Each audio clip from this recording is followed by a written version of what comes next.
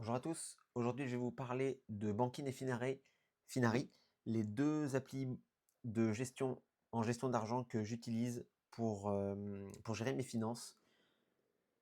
Je vais vous parler de comment j'utilise Bankin, comment j'utilise Finari, pourquoi je combine les deux surtout, et on commence tout de suite. Donc Bankin, c'est une appli de gestion bancaire. Elle me sert à gérer en fait mon quotidien, ni plus ni moins. Vous avez une fonction, enfin vous avez la vue globale de vos comptes bancaires.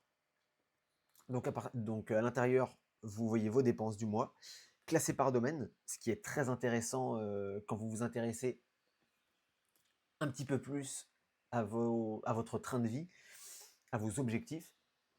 Vous pouvez faire un suivi, enfin vous avez donc un suivi hebdo pour mieux comprendre vos habitudes d'achat.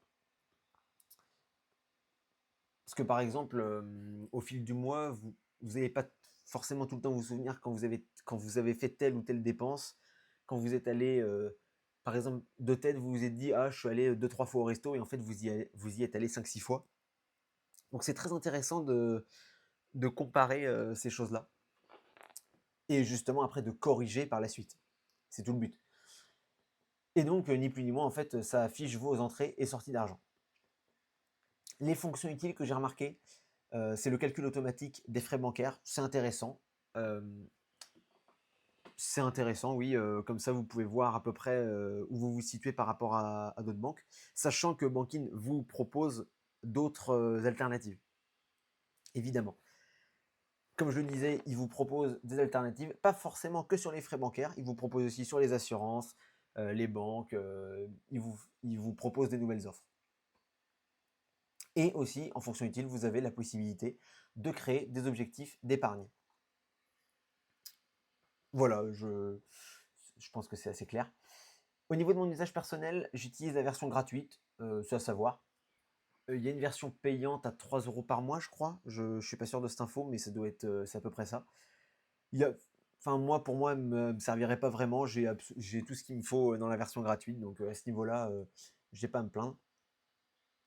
Au niveau de l'application, l'application est rapide, parfaite pour mon suivi au quotidien. Je l'utilise depuis maintenant plusieurs années, donc je la connais un petit peu. Et franchement, j'ai pas à me plaindre. Enfin, je veux dire, pour n'importe quelle fonction, j'ai jamais eu de problème. De temps en temps, il faut reconnecter les comptes, mais ça, c'est normal. Finari, c'est pareil. Donc à ce niveau-là, voilà, je pense que j'ai à peu près fait le tour de Bankin. Pour Finari, Finari, c'est une application qui sert à, comment je pourrais dire ça? À regrouper et à suivre votre patrimoine. Enfin, quand je dis patrimoine, ça veut dire maison, ça veut dire. En fait, ça regroupe absolument tous vos comptes. Vous allez me dire, Bankin fait pareil. Bankin, vous allez mettre vos comptes, enfin, vous allez mettre le compte courant, parce que c'est ça qui vous intéresse.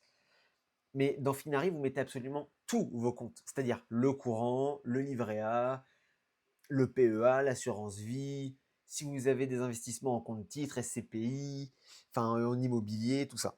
Donc là, vous avez vraiment toute votre vie en fait. Toute votre vie financière, vous l'avez dans Finari.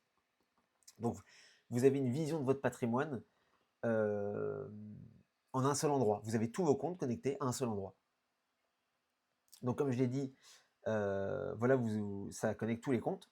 Au niveau des fonctions clés, vous avez une vision de votre patrimoine brut et net par type d'actifs. Donc c'est intéressant, vous avez des vraies valeurs. Vous avez un outil, analyse au niveau des frais, enfin frais, revenus passifs, diversification sectorielle et géographique. En fait, cette fonction, elle sert surtout pour ceux qui investissent en actions ou ETF. Parce qu'en fait, vous allez investir, par exemple, en crypto, je dis une bêtise, mais en fait, vous n'allez pas avoir cette analyse diversification sectorielle géographique. Ça va surtout être porté sur les actions et les ETF. Il y a un espace budget. En fait, c'est exactement comme Bankin. C'est en fait le travail de l'espace budget dans Finari. C'est un Bankin V2. Le problème, c'est que vous allez me dire pourquoi j'utilise pas la fonction budget dans Finari. Pour moi, elle est pas assez poussée. C'est-à-dire que j'ai eu plein de problèmes avec la fonction, la fonction budget de Finari. J'ai eu plein de problèmes, comment dire ça? Des transactions qui passent mal ou qui se mettent dans les dans les mauvaises catégories et en fait, c'est une giga, c'est vraiment c'est un gros bazar, je trouve, cet espace budget. S'il y en a qui utilisent Fenari, dites-moi, si, pour vous, c'est à peu près la enfin, si vous avez le même ressenti. Mais moi, l'espace budget, je le trouve vraiment trop brouillon. Les transactions, tout part dans tous les sens. Je trouve ça très compliqué, très brouillon. Donc, pour l'instant, je préfère rester sur Banking que je trouve, beaucoup plus abouti. Et puis je m'en sers depuis des années, donc pour l'instant, ça me va très bien. Finari propose en plus un forum qui est actif, ça c'est important.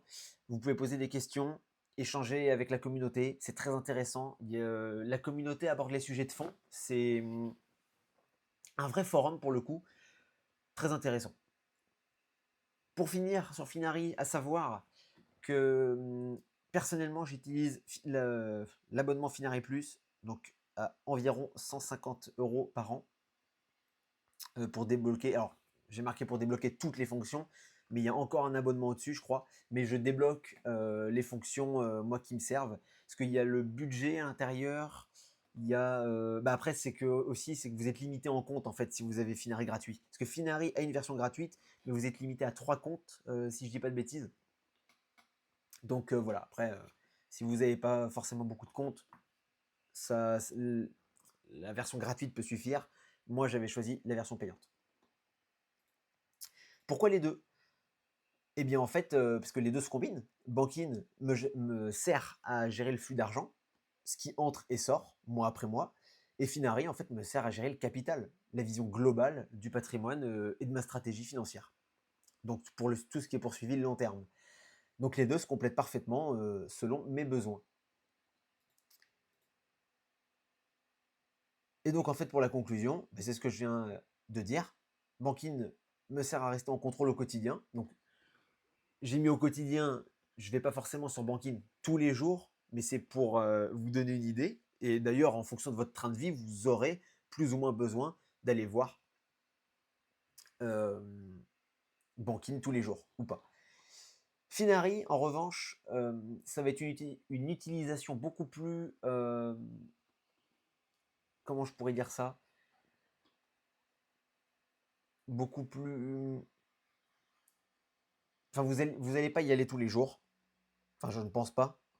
Parce qu'en fait, Finari vous sert à bâtir votre vision et c'est un suivi de patrimoine. Donc en fait, vous n'avez pas l'utilité en fait d'y aller tous les jours. Banking, c'est intéressant parce que vous avez tous vos flux de dépenses, surtout si vous dépensez beaucoup, vous avez tous vos flux de dépenses et là, ça devient intéressant. Surtout, plus le mois avance pour revenir en arrière et voir ce que vous avez dépensé ou pas. Ce que ça vous a coûté, quel jour, etc. Ça, c'est très intéressant pour analyser ses finances et corriger après.